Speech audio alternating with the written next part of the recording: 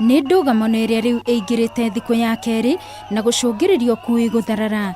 Sacco imwe cia hau kabere tauni-ini ya Kiambu ikiregana na Sacco ya KAKOSE ĩrĩa nĩ ng'eni, makiuga nĩ ĩramathũkĩria biacara yao ya ukuui, kuona Sacco ĩyo ĩrarĩhia thogora wa thĩ makĩria.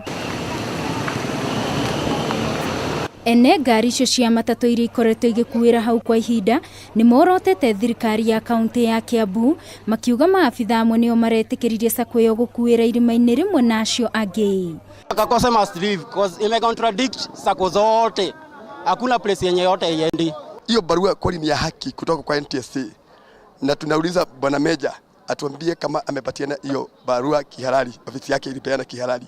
Kwa sababu huwezi kupatia gari barua ya kwenda sub-county zote 13 za Kiambu. Na wathii mekora haceke kuona ingĩ ao matinahota gwĩkinyia kũrĩa mũndũ arutagira wĩra amu ngari tigũkuaga. Tumekuja miguu, gari zetu zimegoma na sisi hatutaki. Kwa hivyo wale wanakuja kutuharibia gari zetu tunataka waondoke.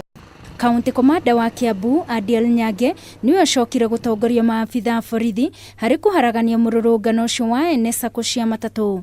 Turn warning to matatu operators that anybody who will at any one time block the road, cross the road, lit fire within the roads, they will be arrested and arraigned before court immediately. Ngĩribotera Kameme TV ni njĩtagwo Wangui wa Muiruri.